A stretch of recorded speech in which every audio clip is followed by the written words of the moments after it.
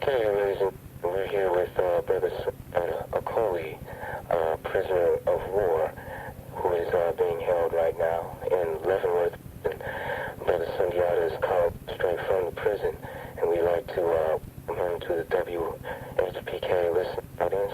Welcome to the show, Brother Sundiata. Thank you for the time. Brother Sundiata, if you could tell us, a lot of people are not familiar with your case. A lot of people are familiar with what a prisoner of war is. So, could you enlighten us on your case and exactly what you mean by being a prisoner of war? All right.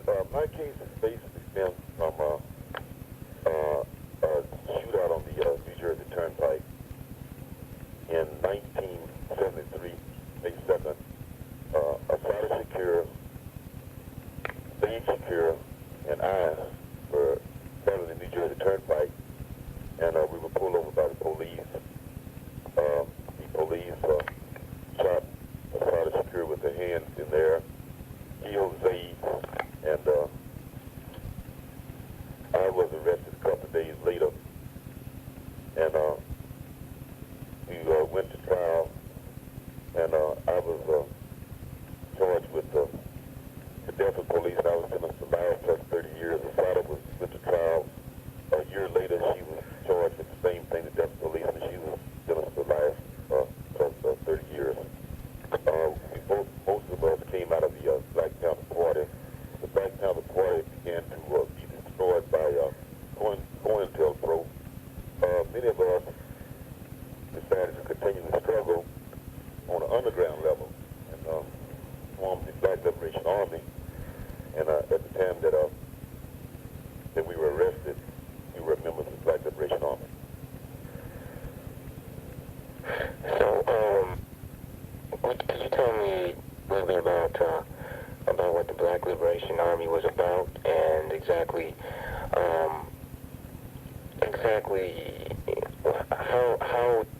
how did they try your case?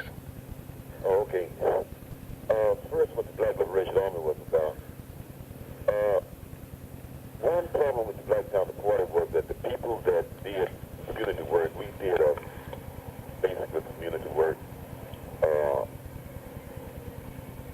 We organized around community control of schools, free breakfast program for children, free health clinics, tenant organizing for tenants to take over slum housing when the landlord would maintain it, anti-drugs, against drugs in the community, and against police brutality. The problem was that we were organizing in the community by day and having regular education meetings and organizing in the office in the daytime, and these are the same people that had to perform sometime military maneuvers to defend the procedure night, right? So that what happened was that as the repression came down on the party, they used excuse. They were always looking for fugitives or looking for someone that happened to be engaged in some other activity. So that we began to see that it was necessary for the military to be completely separated from the above ground organization. And as the party began to succumb to this repression, the people that wanted to continue to struggle became members of the underground. And that was how the Black Liberation Army was formed. And as far as what you asked about my trial, the trial,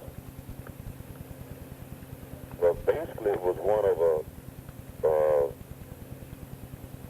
continuous, I don't know, hysterical publicity from the time that of our arrest, right straight through until day in and day out, right straight through until we were convicted and sentenced to prison. Initially, you stood trial under 21 case. Yes. So that was your accused of a plot to blow up New York department stores, New York botanical gardens, etc. That doesn't sound anything that Okay. the DLA would be doing. What it was is that the party at the time that we were organizing the community, we were very effective, right? And we began to get a good support from the community and a good following from the community, right? So in order for the police or the government or whatever to stop us, right? They came up with ridiculous conspiracy charges to try to mostly to arrest the leadership, right? Of the New York Black Panther Party, and to try to spread bad propaganda, whatever on us, right? And it was mostly like to take us out of the community, but the charges were so ridiculous, and that the jury just didn't go for it. But the thing is that they kept us in prison for 2 years, and without bail, I think 4 people got there. Were 21 of us that were indicted. 13 of us were arrested. What happened is they kicked in doors at 4 o'clock in the morning on 21 people. They found about 13 of us at home, and we were taken down to the precinct and arrested, booked, and all that. Yes, so this was back in 1969? Right, April 2nd of 69. And at that time, each of us was given a $100,000 bail, which doesn't seem like much now, but back in 69, a $100,000 bail was almost like a $1 million bail now. So we had a difficult time raising the bill, but we did happen to raise enough to bail more people out. And at the time, I was working in computers as a programmer, and there were some people called Computer People for Peace that were, people that formed from different corporations that worked for computers, and also where I worked. And up to 4 people that were bailed out. I think the people that were bailed out were Athena Shakir, Joan Bird, Daruba Ben Wahad, and Mr. Will. By then, the computer people for peace had raised my bail money. And I came up to be bailed out, and the judge refused to let me out on bail and said that from then on I had no bail, and that furthermore he wasn't going to let anybody else out on bail, so the remainder of us had to stay in prison for 2 years, or in jail for 2 years on trial, until we were acquitted. The thing is, the jury acquitted us in less than an hour. There's a saying, justice delayed is justice denied. Right, but one thing that it did was that it kind of decapitated the leadership in the New York County Party. That was one of the methods that they used to kind of destroy the party, because by the time we came out, the party always had been closed down for a while. Councils were scattered, disorganized, and paranoia was running wild, so that it was, the party almost never got back to where it was, and that was one of the reasons that and with the intensified surveillance that they put on all of us in the 21 after we were acquitted, and the harassment that they put on us, that it really drove most of us underground.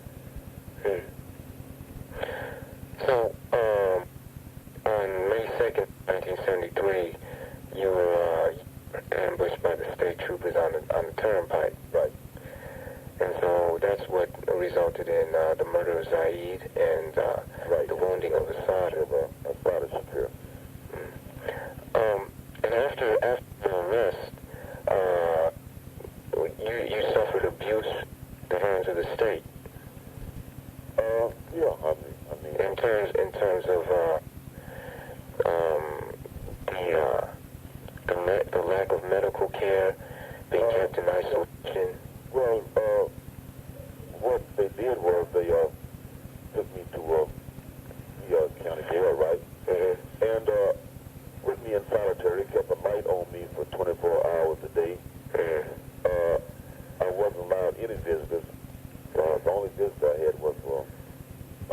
was able to visit me. But other than that, no business whatsoever, no family, no friends, no nothing. I wasn't allowed any newspapers. I was just in solitary by myself, and they frequently let state troopers come back in the county jail, back in the quarter solitary where I was, and just stare at me coldly. And then, in fact, I remember one time one came through the door, and I don't know whether just a ploy or what, but anyway, when you come into a jail, whether you're an officer or not, all guards and all police officers or whatever have to check their guns, at the door, right?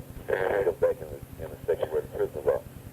Anyway, this guy came through with his gun already on him, so they made a big thing of saying, hey, stop, and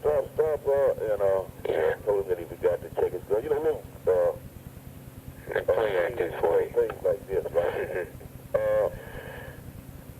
That I went through for the entire year that I was in county jail. Right now you're in Leavenworth, but before that you were in prison, which had been condemned for years as being uninhabitable. Also, I was in state prison, right? And I am still a state prisoner. What happened?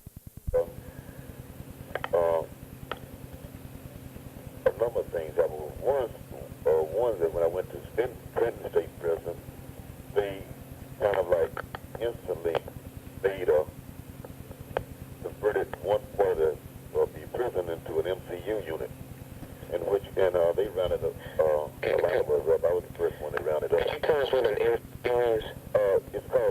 It's just a name, but what it is, it's a patrol unit. They have named it MCU because the warden had gone out to California, and they had a unit out there that they call MCU, which stands for Management Patrol Unit, which was like OE in California. And he liked to sit up there, and so then he came back to Trenton and instituted this system in a wing at Trenton, and then they rounded up 250 prisoners in this unit, and I was the first one that they rounded up, and then they began to let out. What it was a ploy to like really round up about 25 prisoners to 50 prisoners, but in order to like make it look like they weren't aiming at particular prisoners, because they had no reason to put us in this unit, but they had put a cover on it. So they rounded up 250 prisoners, and within a month or so, they had let over 100, 150 of them out, right? And what they were doing, they were letting out everyone that they really didn't want in the first place. They were just really aiming at 25 to 50 prisoners, which they had tagged as political, more political prisoners. And so I was in the unit for 5 years. The cells were very small. I mean, they were so small that the Society for Prevention of Cruelty to Animals said the cells were smaller than the space that you put a German Shepherd dog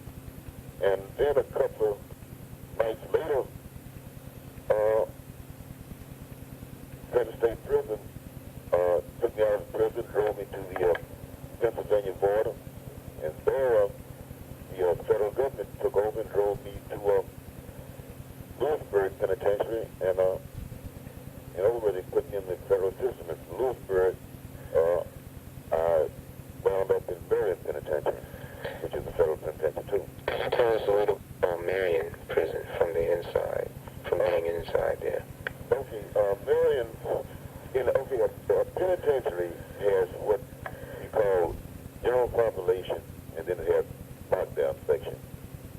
The lockdown section is kind of like a jail where persons that are in general population, if they commit violations, they're punished, and they're punished by being sent to the hole or to lockup or, to a unit, and, so forth and so on. Marion, the whole penitentiary is a lockdown unit. In other words, there's no general population in Marion, so that the whole penitentiary is a control unit. It's a controlled prison. Instead of, in other words, the whole place is a lockdown. The whole place is, you're in your cell 23 half hours a day. They took out all of the bunk beds, which have, some kind of little springs and mattress on them. And they put in stone beds. They took out all the fixtures in cells and only left a sink and a toilet bowl. And in prison, the sink and the toilet bowl is all one unit. In other words, there's a bowl above, and then there's a toilet. The top part of the toilet is your wash bowl. So that these cells, they only have stone beds. These are all the cells in Marion. They only have stone bed, toilet bowl combination, and that's it. And you got a few personal problems, and you lock these cells 23 hours a day. And it's made to break and to punish, prisoners, right? And same thing as in other prisons, 90% of, well, I don't know, 90 maybe, but at least 75%, African and third world people, third world nationality. There are a number of political prisoners besides, and prisoners of war besides yourself. Dinger, he's at Marion right now. And what it is that they always find that they don't have a reason, right? They don't have a reason for sending me there. I just come into the federal system, I just been forced into the federal system. And they sent me there, no violation, no nothing. They just sent me there. Same thing with Sekou Dinger, he's there now, right? Oscar Lopez, right. Thank you. And I know him very well. He's there.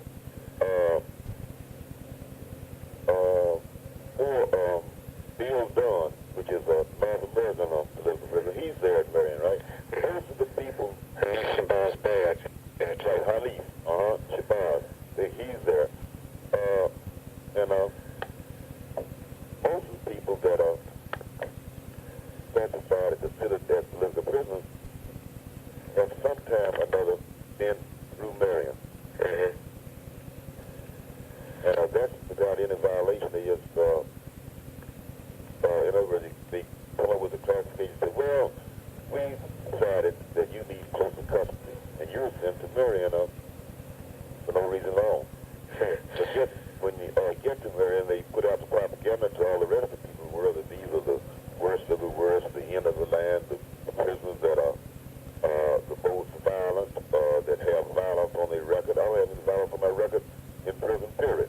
That they're gang members, all kinds of tags to keep the public terrified and, anti-prisoner, anti-this.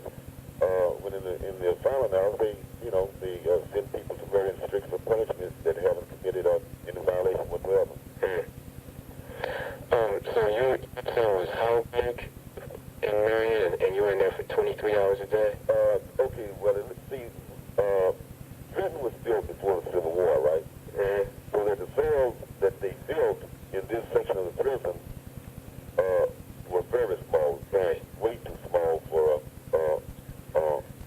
you to hold a man in for 23 hours a day like you did. Okay, now Marion was built in 1962, I think, right? So by then, regulations had come out that a prisoner regulations always had the prisoners had to have a certain amount of space. But what I'm saying is that at the time that they built Marion, they had to follow these regulations, because it was a new building, right? And so that as far as space at Marion, I think that these cells are 9 by 7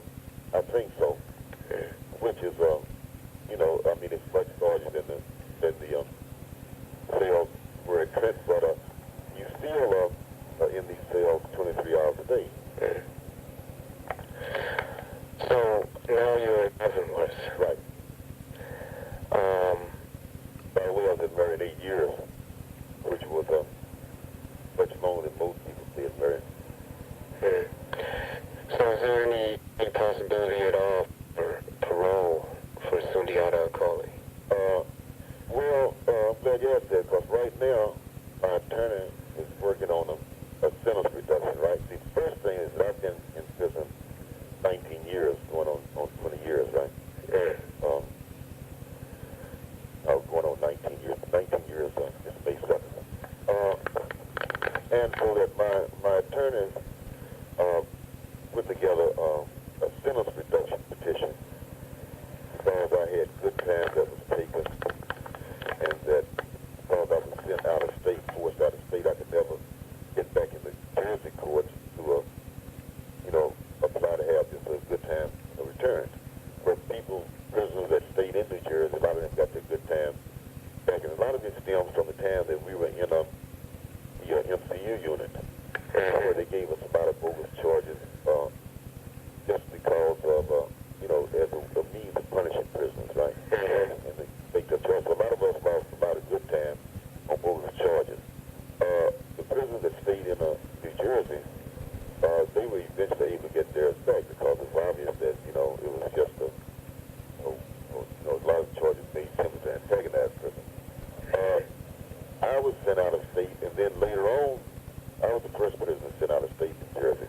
Later on, they began to send more prisoners out of state. But I wasn't able to get my good time back, and my records were all messed up from being a state prison in the federal system.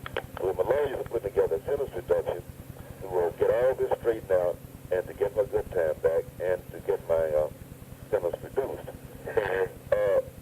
So basically what I'm saying is that when they file this in court, they're asking, and I'm asking people to send letters to the court and, urge and request that my sentence be reduced.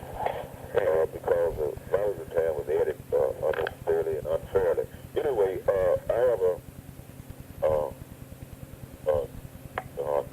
address where that people could write to find out, get on the billing list so that they can know when my sentence reduction comes up, so they could send support letters, or they could also write it to find out more about political prisoner in general, and my case, and how to, what they can do for political prison. So the address is the Sundiata Acoli Freedom Campaign. Sundiata, Sundiata Acoli, Acoli, Freedom, FREEDOM, campaign, CAMPAIGN. Post office box 5538, and it's in Manhattanville Station. Manhattanville is MANHATTANVILLE. Manhattanville Station, STATRON. Harlem, New York, 10027. It's a way to kind of like keep track of my situation and how, you can help and where to send what letters when my sentence reduction comes up. That's one thing they can do. Do you have a date for that yet at all? No, because the lawyers are drawing up the petition now. Okay. And if people write this box, then they can get on the billing list, and then when the petition is drawn up and filed in court, before it's filed in court, they'll be sent letters saying, that what court it is and where it is to send the letters. Okay. Brother Sundiata, what would be your message to people today? A lot of people are looking for some sense of direction, some sense of how to struggle and in what way to struggle. And could you give us your perspective? I think the main thing that African people have to do, in our particular situation, is that we have to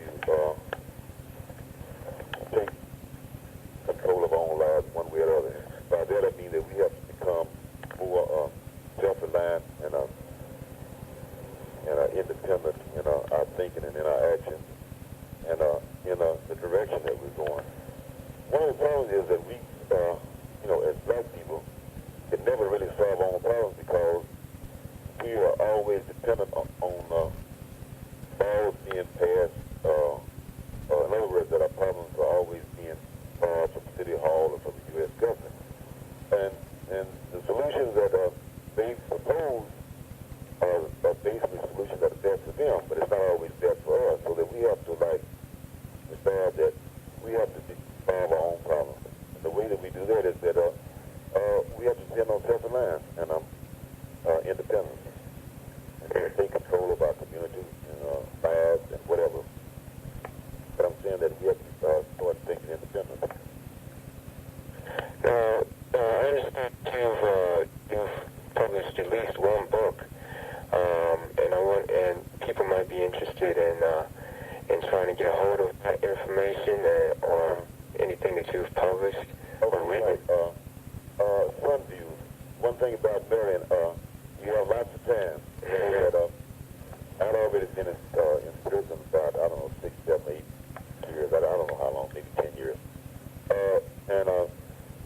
So I decided that during those 10 years, I had written articles to various political organizations, things like that. So basically what I decided to do, and oftentimes people said, well, Sundiata, what is your solution? I mean, what do you propose, right? Mm-hmm. So what I did, I decided to kind of just sit down, because I had so much time, and kind of lay out the problem as I saw it, and I'm talking about in reference to African people in this country, black people, very rural people, and what I felt the solutions were. So I wrote it down. I put in a book called Sundiata, right? And the book, like I say, it can be gotten from the address that I just gave you, the Sundiata Acoli Freedom Campaign in New York.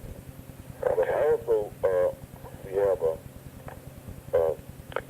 a branch in Chicago.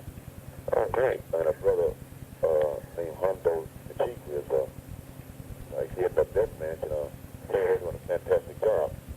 I don't have that address on me, that telephone. At the telephone, and I don't have it on me right now. I have his phone number. It's 312. Maybe not so much his phone number too, right? Yeah. But he has a post office address where of the Sundiata Acoli Freedom Campaign in Chicago, right? I believe. Okay, So if I can check with Brother Hondo and ask him exactly what the situation is. But if not, I do know that the phone number for the Malcolm X Grassroots is 312-737-8679. Okay, then that'll work too. Yeah, that'll work. Yeah, that'll work. So they're one in the same location, and I even think the post office about this one in the same location. Mm-hmm. Right, and he has Sun views too. So either one, the New York address or Brother Hondo, his address is Sun views available in both of them. Great. Brother Sundiata, after being in jail for 19 years, for your worldview and for a struggle of African people, a lot of people would ask the question, how have you been able to survive, and how have you been able to really just to maintain the same beliefs that you had? A lot of people just have to ask the question, how do you do it from day to day? Okay, I don't know, it may sound a little, anyway, I noticed that, here's the thing, I noticed that a lot of people that have been in prison a long time, even people that struggle, right, a little disillusioned because there's not much support for political prisoners, there's not much support for political things, period, right? And they feel that they get disillusioned, they just feel that people don't support them, right? And they may be justified, but what I'm saying is that when I was struggling for African people, right?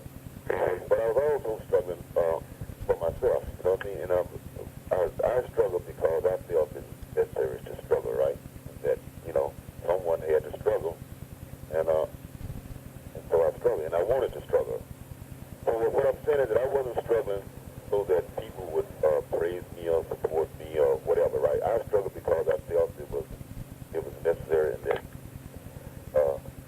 that people had to struggle and that definitely I had to struggle, right? And so that when I got into prison, I wasn't that concerned about whether people supported me or whatever. And it didn't bother me that you know that there wasn't a whole lot of groundswell of support, and maybe I'm just feel like that. Some people it does, right?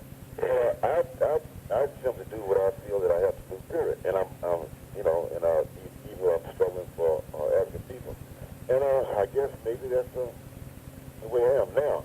And having said that, is that also I was surprised too of just people that are conscious. Not, you know, it's not a full, but every now and then I'd get letters from people that would say, "Hey, brother, I really appreciate, you know, you struggling for our people, right? And I just wanted you to know that there's somebody out here that does, right? And it makes you feel good, right? But that wasn't the main reason I'm struggling. But I'm saying it also helps, right? I mean, it helps to you know, keep you keep you afloat. And lately, more and more people are beginning to get conscious because of people like you, people like Hondo, and other people that have political prisons. The Puerto Rican movement is very good at emphasizing and educating people about their political prisons. In fact, I think the work that they did on the nationalists, the Puerto Rican nationalists, is kind of like a model for what, you know, for the movement, right? They kept the nationalists alive among the Puerto Rican people when nobody else even knew what about the nationalists, except every now and then you hear about it, right? They kept that alive the whole time they were in prison. And so now I think that after a decade and going into 2 decades, there has been more like whatever you call it, education material or whatever around political prisons, and it's still, you know, like still most people don't know what a political prison is, or prisoner of war, whatever. But it's beginning to get out there, and like I said, because of I think people are getting a little bit more conscious. I think conditions are getting a lot worse, and it just takes time. But I think that now people are beginning to become a little more conscious of them.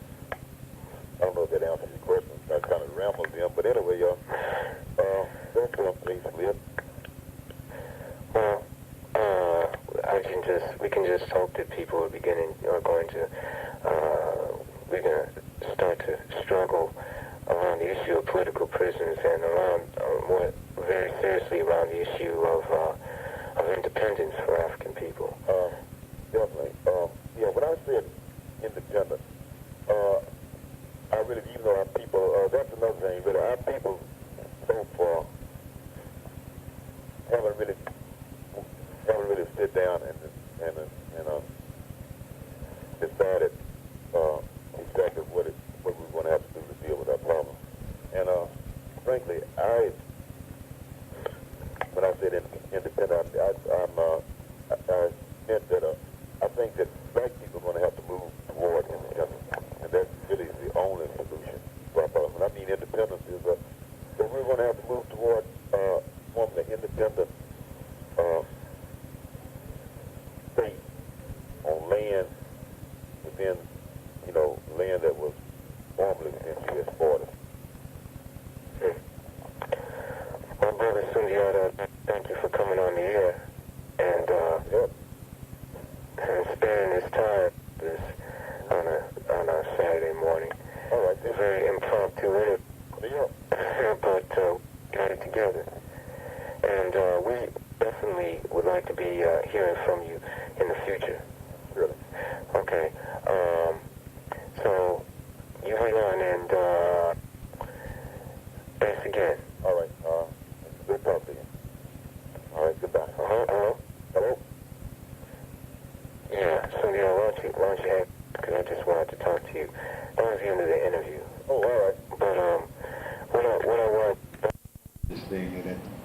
polls opened at 6 o'clock. At 6:01, the Democratic Party registers 500,000 votes automatically. I mean, they could just sit back and say it's going to maximum they could get. So anybody who's trying to get in there got a big thing to overcome from Jump Street. And it just went that way for year after year after year. It got stronger and stronger. See, but the question was then, so with those kinds of systems in operation, blacks had to make some decisions. Revolution wasn't around the corner. You wasn't going to overthrow that sucker by armed violence any way you think about it. And blacks have families like everybody else, and they got to eat. So you had a whole slew of African Americans who